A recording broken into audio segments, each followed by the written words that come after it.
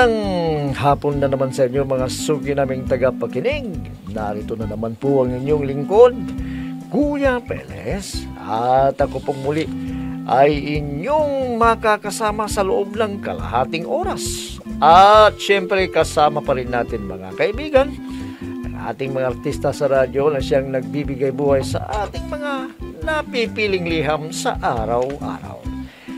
At ang liham nating napili mga kaibigan ay galing sa isa nating masugid na taga-subaybay at siya po ay itago lamang natin sa pangalang Soling. Bueno, basahin na natin ang liham ni Soling. Dear Kuya Peles, araw-araw kuya ay lagi po ako nakikinig sa inyong malawakang programa sa radyo. At tuwing hapon kuya ay inaabangan ko na kayo. Dahil nakasanayan ko na ang makinig mula noon pa. Lumiham din ako kuya dahil gusto ko rin pong humingi ng payo sa inyo. Ako nga po pala si Soling, 50 taong gulang at kasalukuyang nakatira dito sa Tacloban. At para malinaw sa inyo kuya, ganito po nagsimula ang aking problema, Kuya Peles.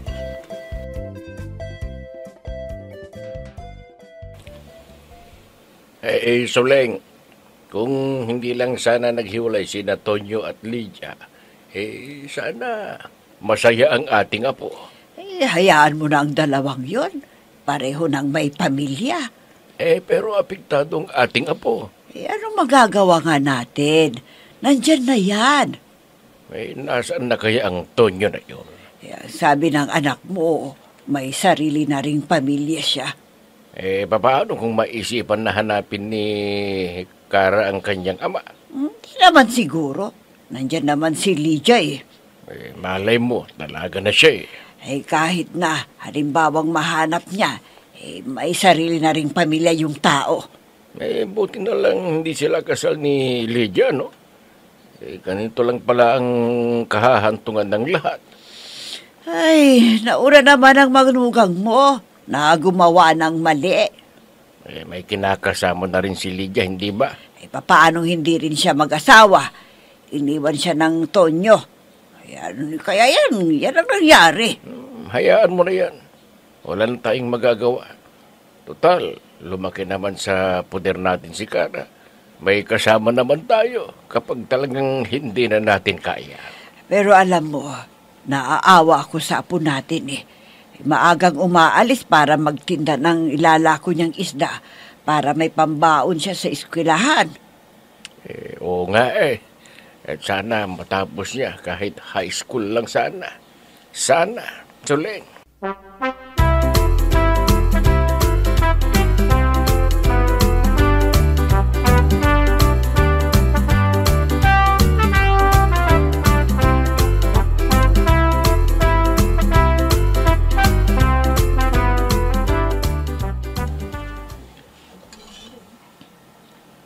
Kumusta naman yung anak mo?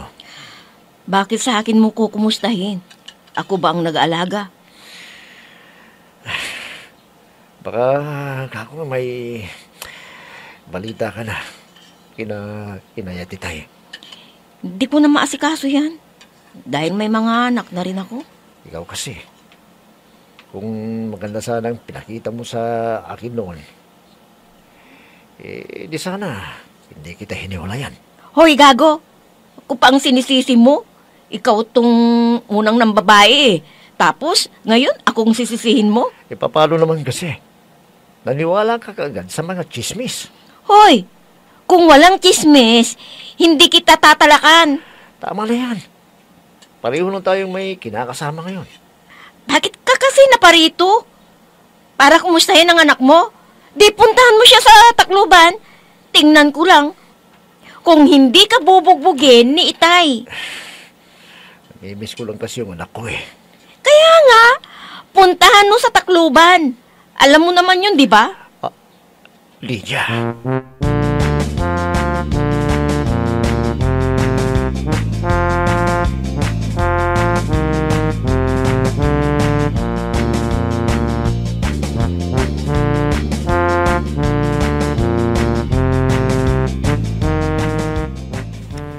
Lola, Saan po nakatira ang mga magulang ko? Ay, ang alam ko, Apo, pareho silang nasa Maynila. At pareho na rin silang may kinakasama. Alam mo, mula maliit ka pa iniwan ka na sa amin ng mga magulang mong walang kwenta. Pero Lola, sana naman makita ko sila. Ay, nako, Apo. Wag na. Masasaktan ka lang. Dahil kung talagang mahal ka nila, sana dinadalaw ka nila dito. May mga magulang pala na ganyan. Kaya nilang tiisin ang anak. Oo, kaya wag kang mag-alala. Nandito naman kami ni lolo mo Aalagaan ka namin hanggat kaya namin. Kaya wag mo nang hanapin ang mga magulang mo. Nandito kami ng lolo mo.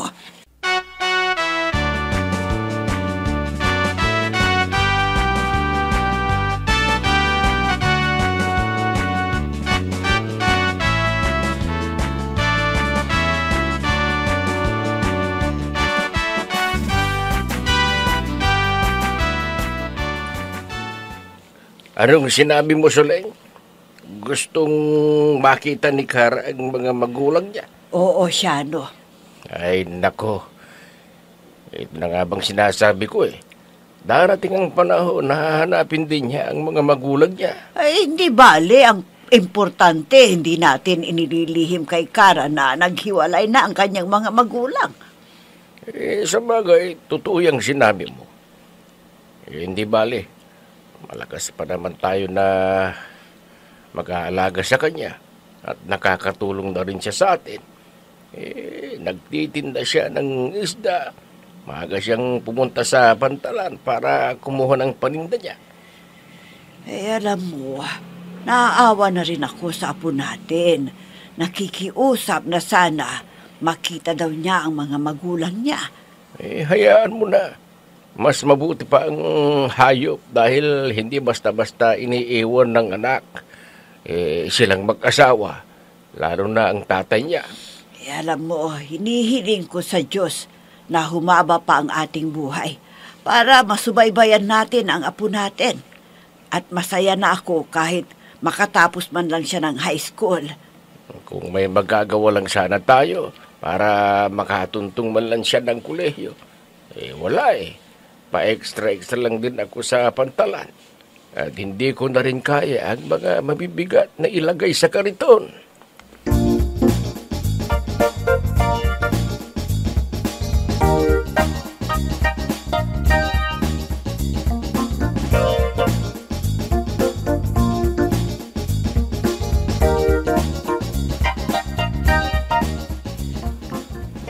Anong masamang hangin ang nagtaboy sa'yo dito?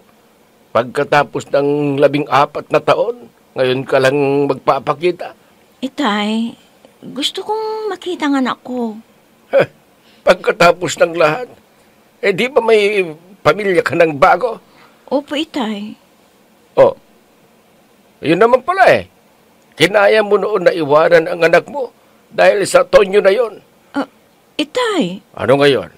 Nang sinundan mo siya sa Maynila, nalaman mo na may kinakasama na siya. Sana umuwi ka na dito dahil may anak kang iniwan.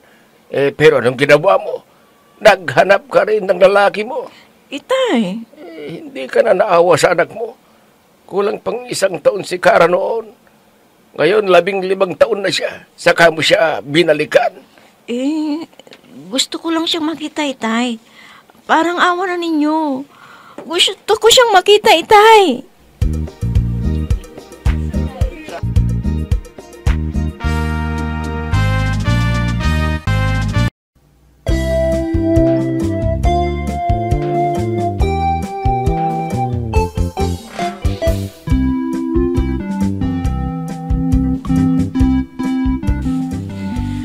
Mula nagkaisip ang aming apo kuya ay hindi na binalikan ng aming anak dahil nakahanap na rin siya sa Maynila ng lalaking kinasama niya.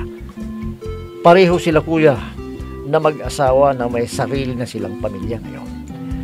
At ngayon lang kuya ay naisipan ng aming anak na dalawin ang aming apo at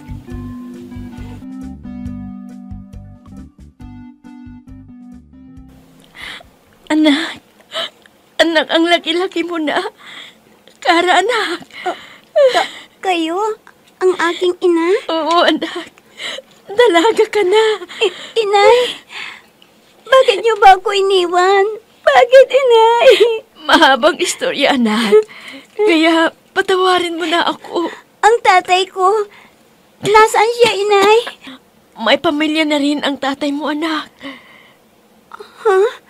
Ang ibig niyong sabihin, hindi na kayo magkakabalikan, dalawa? Hindi na, anak. Dahil kahit ako, may sarili na rin akong pamilya. May dalawa ka ng kapatid at iba ang kanilang ama. Sana, inay, huwag ka nang umalis.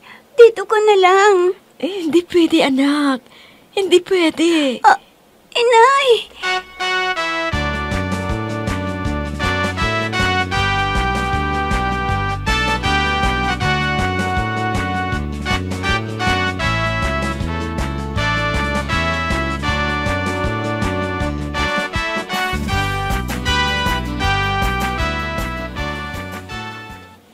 Aalis na po ako, inay. Wala ka na bang balak na bumalik dito, Lydia? Inay, may kinakasama na ho ako. Mas lalong magugulo ang buhay ni Kara kung uuwi pa ako dito sa atin. Sana, hindi ka na nagpakita dito. Ngayon, mas lalong nasaktan ang anak mo sa nangyari. Inay, nandito naman kayo eh. Kayo na ang bahala sa anak ko. At alam kong hindi niyo siya pababayaan. Sige na po, inay. Aalis na po ako. Sandali. Hindi ka na ba magpapaalam sa anak mo? Hindi na, inay. Lalo lamang akong masasaktan at ang anak ko. Sabihin niyo na lamang sa kanya na mahal ko siya. Ay, naku, Lydia. Kung nakinig ka lamang sa akin noon, hindi sana mangyayari ang ganitong buhay mo ngayon. Tingnan mo, nagkahiwalay kayo ng anak mo dahil sa ginawa mo. Sinuway mo ako. Sige, umalis ka na. At huwag ka nang magpapakita sa akin.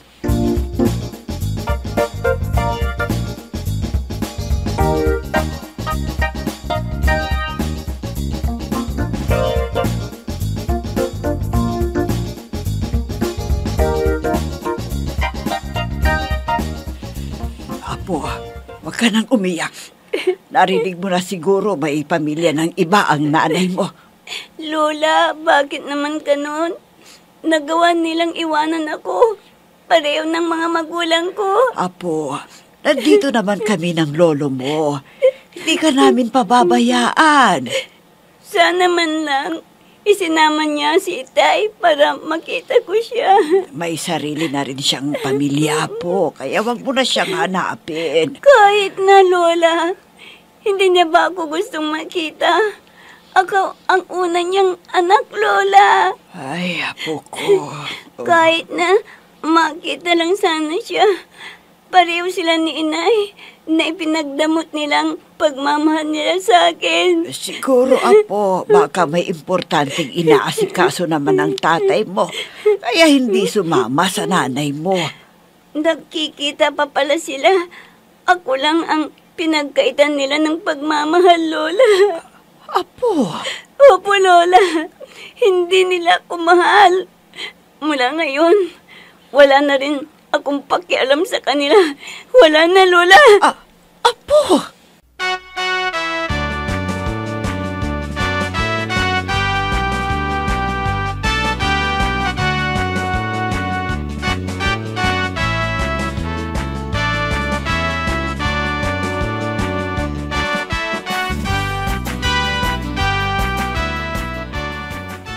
Ay, hindi mo masisisi ang apo natin, Suling. Dahil may isip na yan. Masyadong nasaktan ang apo natin siya, no?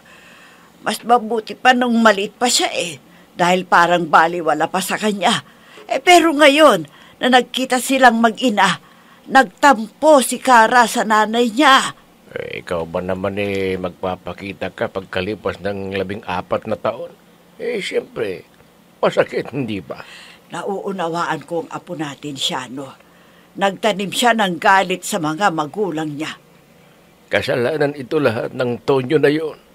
Kung hindi lang sana niya iniwan si Lydia, maayos sana ang pamumuhay nila ngayon. Siya, no?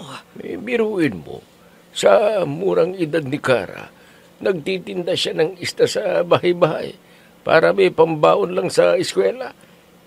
Kawawa ang ating apo nang dahil sa mga magulang na walang kwenta. Oo nga Oh, anong tawag mo sa kanila?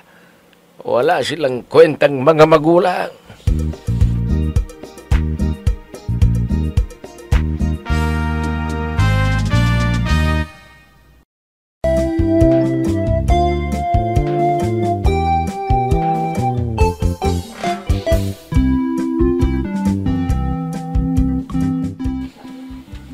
Ngayon ko naramdaman na nagtanim na ng galit si Cara, kuya, sa mga magulang niya. Dahil may kanya-kanya na silang pamilya. Kaya lang malaman nyo ni Cara ay tila nag-iba ang isip niya. Kung dati, kuya, ay gustong-gusto niyang makita ang mga magulang niya, ngayon ay parang kinalimutan na niya sila. Ano po ba ang dapat o ano po bang maipapayo ninyo, kuya, sa aking inilapit na problema? Sana po ay matulungan niyo ako. Lubos na gumagalang Soling. Alam niyo, Aling Soling, hindi ninyo masisisi ang apo ninyo. Dahil lang malaman niya mismo sa kanyang ina ang dahilan, parang nag-iba yata ang pag-ugali at ang pag-iisip ni Cara. Kumbaga, sa pagluluto biglang tumabang ang lasa. Naiintindihan mo ba ang ibig kong sabihin, Aling Soling? At sa palagay ko, hindi na rin interesado ang mga magulang niya kay Cara dahil pareho naman silang may kanya-kanyang pamilya na ngayon. Wala nang pakialamanan. Kaya kayo na talaga ng parang tumayo na parang tunay na magulang ni Cara. At alam ko, Aling Soling, na hindi nyo rin pababayaan ang apo ninyo. Abay, dalaga na yan. Ang dapat lang sana, kahit hindi nagsasama yung magulang, matulungan mo lang siya sa kanyang pag-aaral. Importante, Aling Soling, na makapag-aral si Cara. Lalo't babae siya. Sabihin niyo sa mga magulang niya na dapat suportahan naman siya sa kanyang pag-aaral. Wala na kayong magagalaw. Wala naman kayong hanap buhay. Pumapasok yung bata. Nagtitinda muna ng isda para may pambaon lamang. May kawawa naman siya. Kaya palagay ko, kailangan pa rin ang gabay ng kanyang mga magulang kahit na may sariling pamilya.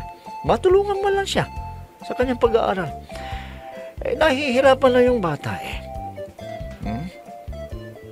Nagtanim na ng galit sa mga magulang dahil sa nangyari. Kung noon ay sabik na sabik siya na makita sila at makapiling, ngayon nag-iba na.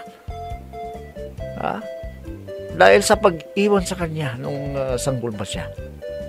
Masakit, hindi ba, Aling Soling? Kaya siguro, Aling Soling, total nagkakausap naman kayo ng kanyang ina, ng kanyang ama. Abay, kahit matulungan naman lang sana si Cara sa kanyang patuloy na pag-aaral. Dahil magkukuleho na yan. Ilang taon na lang magkukuleho na. Saan kayo kukuha ng papaaral nyo sa kanya? Sana maabutan kayo o masuportahan man lang. Nang sa ganun makapagtapos siya ng kanyang pag-aaral hanggang sa kolehiyo. Bueno, yan na lamang munang masasabi ko sa iyo, Aling Soling. At naway kahit papaano ay napayuhan ko kayo sa inyong inilapit ng problema. Bueno mga kaibigan, hanggang bukas na muli sa ganito ring oras at timpilan, inyo pong abangan at pakinggan ang programang